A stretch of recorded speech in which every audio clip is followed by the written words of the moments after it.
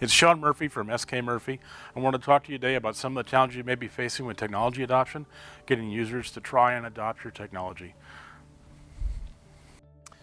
So in this chalk talk, I want to talk about how you get customers to try out your technology and use it. Let's assume that this is your prospect status quo. And this way is the way they want to go. This is more profitability, this is more productivity, general goodness. With your solution, you should be able to move them to a higher level of performance, higher level of profitability, right? This difference is the benefit you're promising. So the question you're really trying to figure out is, based on analysis of where they are, is this where they'd like to be? The most likely answer, optimistically, is yes. In fact, how do we get there? How do I get this into production? How long does it take? What's involved? So one transition curve might look something like this, where they have to invest time, people time, focus, dollars, and that takes away from their current status quo. But that investment transforms the way they're working to allow them to get to this higher level of performance. However, when they look at this chart, or they hear this story from you, they make a couple of adjustments in terms of how they calculate this. First of all, they assume that the costs are actually going to be higher. Things are going to be a little worse than you're talking about.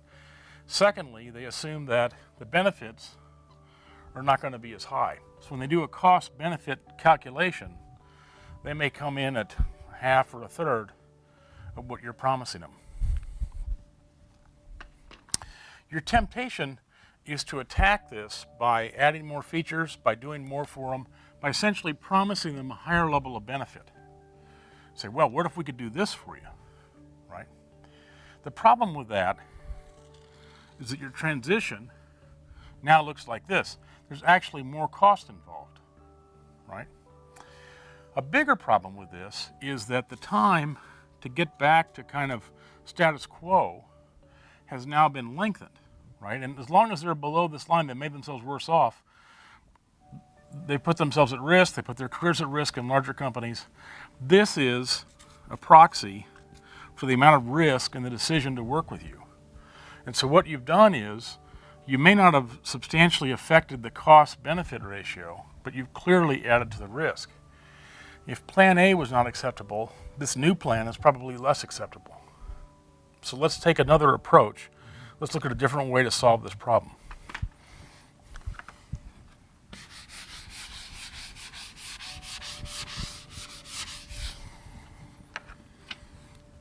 So here's our old friend, the prospect status quo. They're still trying to go up. They're still trying to get to this benefit that you promised them. And here was the plan that you proposed. Instead, break it up into phases.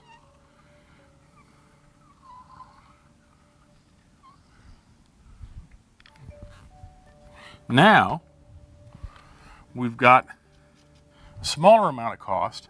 They can look at this first transition, and maybe this is just what you can do for them in 2 hours. Maybe you can come in, take some data that's readily available, and demonstrate a benefit.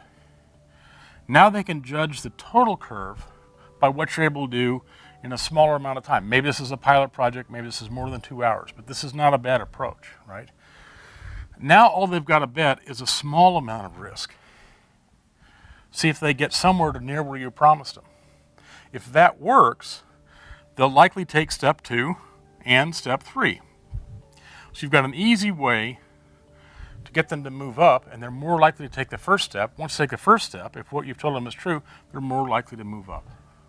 So think about breaking up transition plans into 3 to 5 phases. So we've talked a little bit today about how do you look at the technology adoption problem. This is where we spend most of our time with clients. We help them find early customers and early revenue. This has been Sean Murphy from SKMurphy. Thank you very much.